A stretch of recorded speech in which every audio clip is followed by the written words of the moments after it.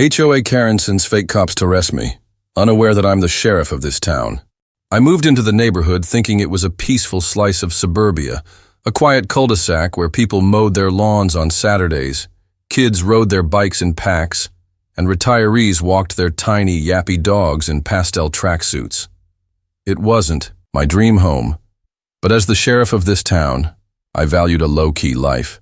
No drama, no nonsense, just a decent house and a backyard big enough for my grill. That was all I needed. And for the first few weeks, it was exactly that. Until she introduced herself. Her name was Linda Worthington, a name that practically screamed wine club president.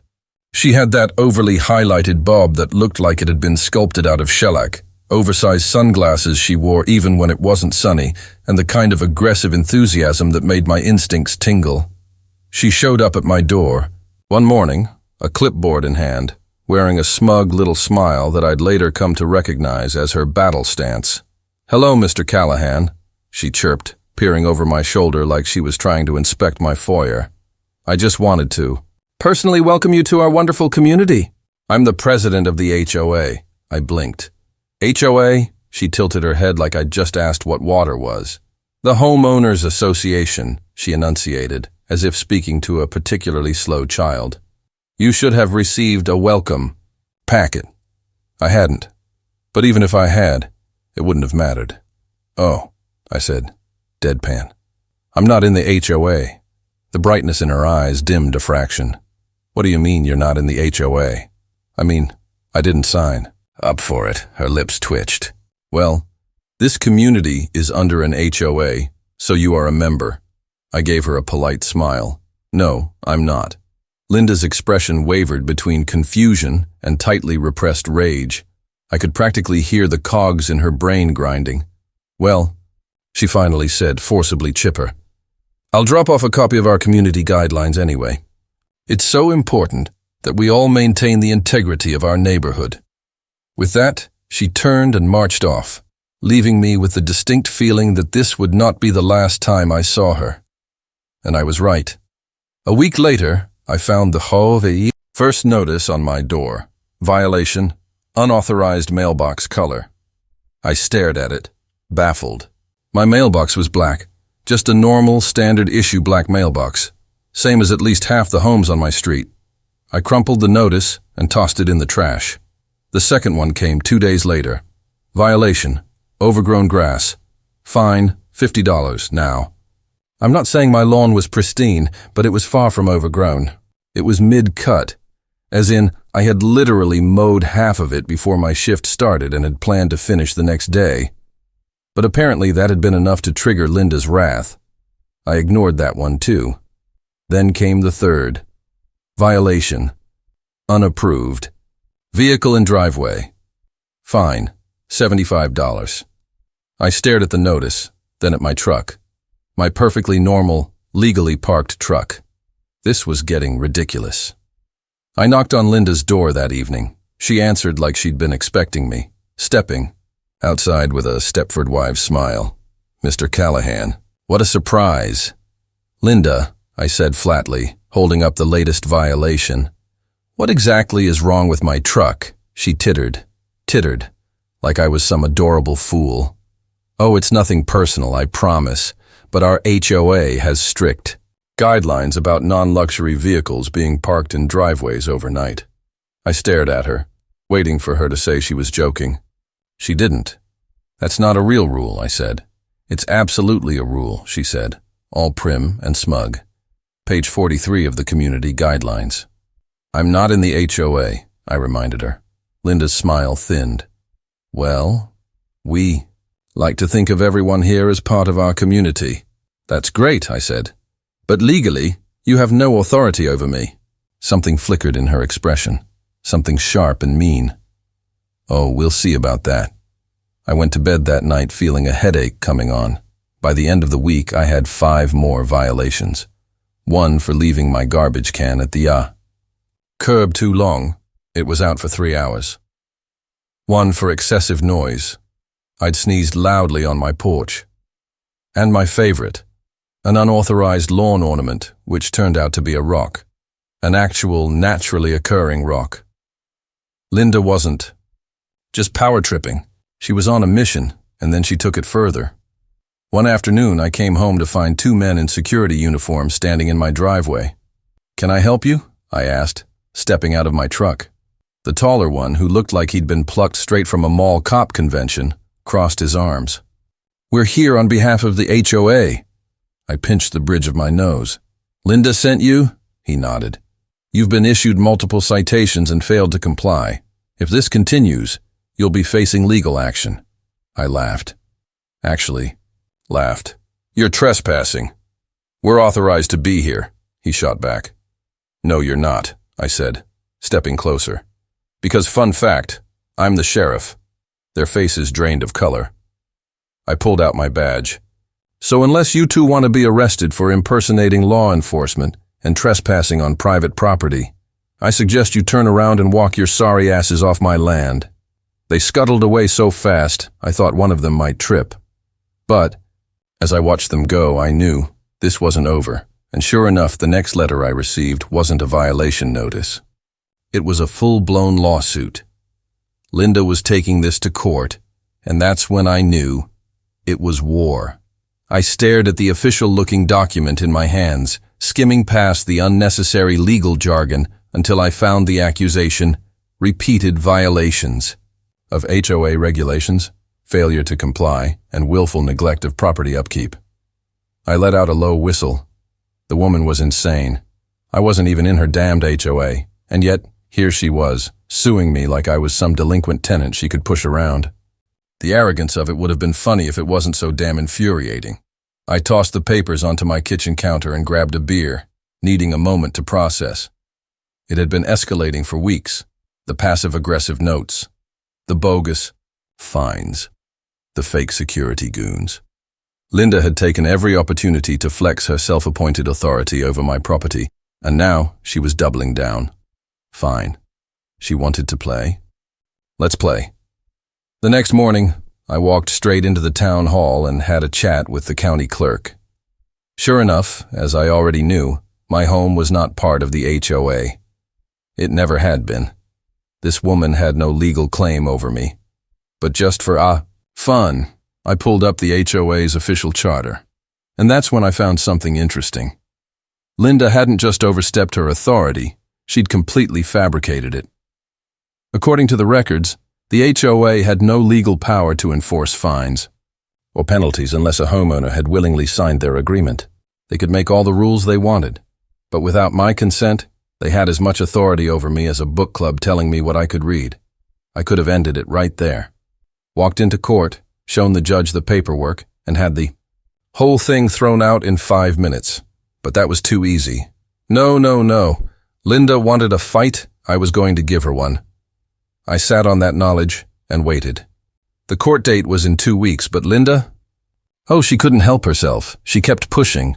3 days after I got the lawsuit, I came home to find a bright orange tow sticker slapped on my truck's windshield. Unauthorized vehicle, subject to removal. I ripped it off and turned my gaze across the street. Linda was watching me from her window. I held up the sticker and pointed at it, raising an eyebrow. She smirked. That night I moved my truck into my garage. The next morning, a tow truck showed up anyway. I stepped outside in my uniform just as some guy hopped out, clipboard in hand. "You here for something?" I asked, arms crossed. The tow guy blinked at me, then at my badge, then at the garage. I was told there was a truck that needed to be impounded." I grinned. "By who?" He swallowed. Ms. Worthington?" I leaned in. "Did she tell you she has no legal authority to have my vehicle towed?" His face drained of color. "Oh, hell, He practically tripped over himself getting back into his truck.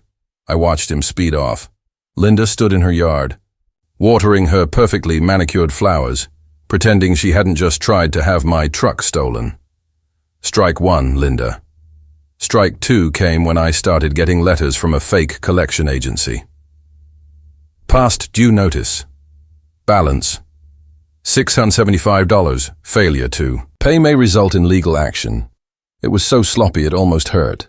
No company name, no phone number, Just an address that, when I looked it up, was an empty lot. Linda wasn't just making up rules now, she was committing fraud.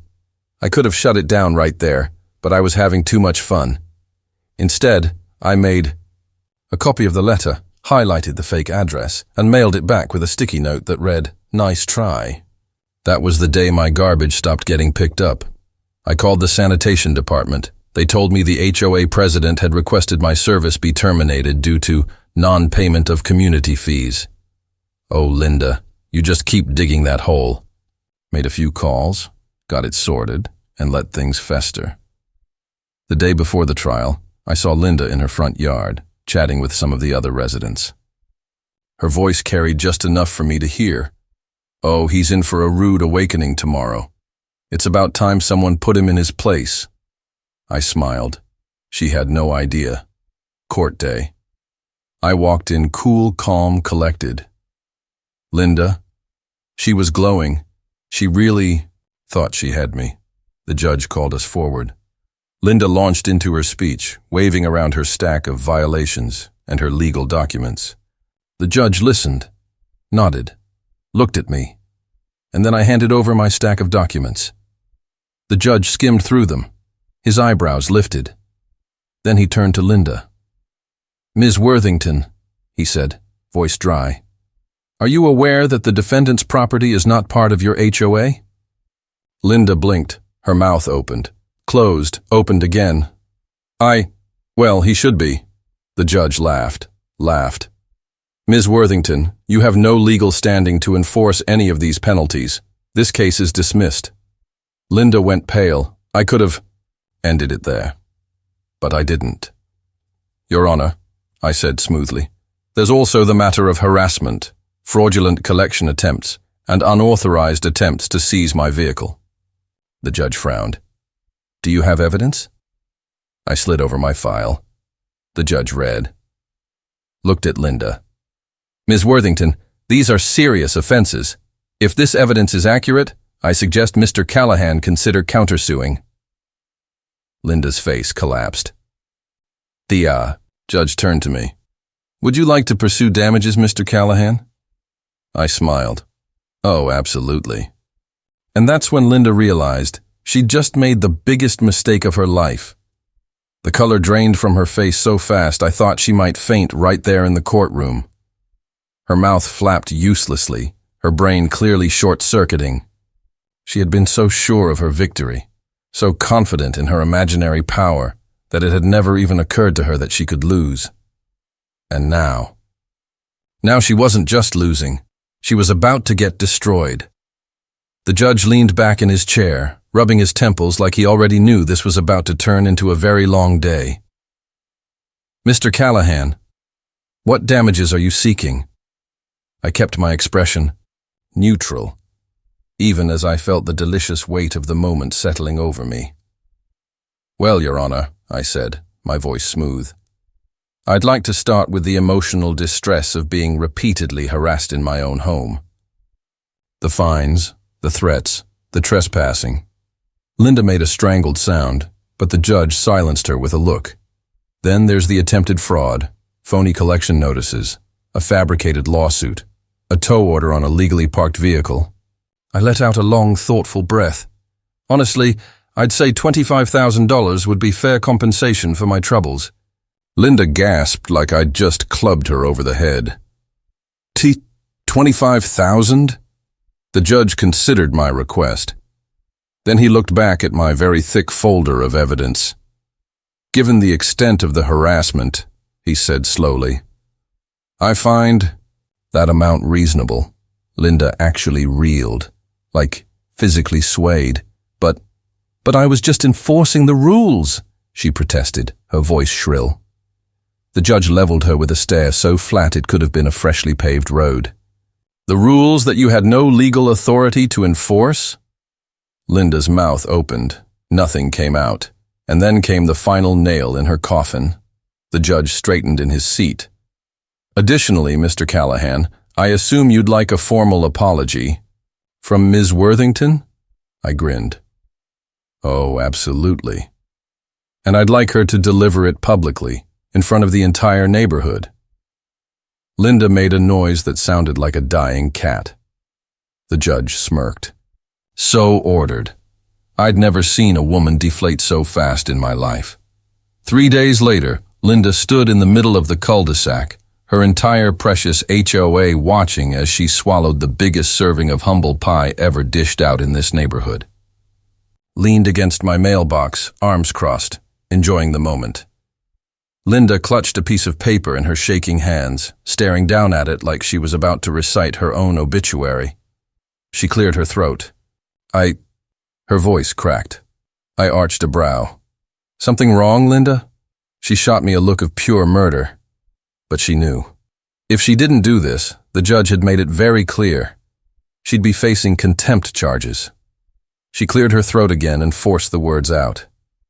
I, Linda Worthington, sincerely apologize to Mr. Callahan for my behavior. I acknowledge that I harassed him with fraudulent fines, legal threats, and inappropriate attempts to exert control over his property. Someone in the crowd snorted. Linda twitched. She swallowed hard and kept going. I understand now that my actions were completely out of line and that my position as HOA president does not give me authority over non-members. Her voice was barely above a whisper at that point. I cupped a hand to my ear. I'm sorry. What was that? Didn't quite hear you. Her nostrils flared. I said, she practically shrieked, I was wrong. A murmur rippled through the crowd. And then someone started clapping. Then another. And another. Within seconds, half the damn street was cheering. Linda's eyes bulged as she realized she hadn't just lost to me. She'd lost the neighborhood. All that power she'd spent, years lording over these people, gone. Shattered. I had to hand it to her. She held it together until the end of the speech. Then she fled into her house like a raccoon caught in a spotlight. Over the next few weeks, things changed. People who had been terrified of Linda started making small rebellions. A guy down the street put pink flamingos in his yard just to piss her off. Another neighbor painted his garage door bright blue out of spite. And the best part? Linda stepped down as HOA president. Turns out, her little stunt tanked her reputation so badly that even her own board members wanted nothing to do with her. She still lived in the neighborhood, but she kept her head down. No more fake citations, no more bogus violations. Just a bitter, defeated woman who tried to rule a kingdom she never owned. And as for me, I put the $25,000 to good use. First, I threw a barbecue, invited the whole street, made sure to send Linda a flyer. She didn't come. Then, just for fun, I got myself a brand new mailbox, a big, obnoxiously gold one with a little sign that read, "Not a member of the HOA." Every time I walked past Linda's house, I could see her glaring at it from her window, and that, my friends, that was worth every damn penny.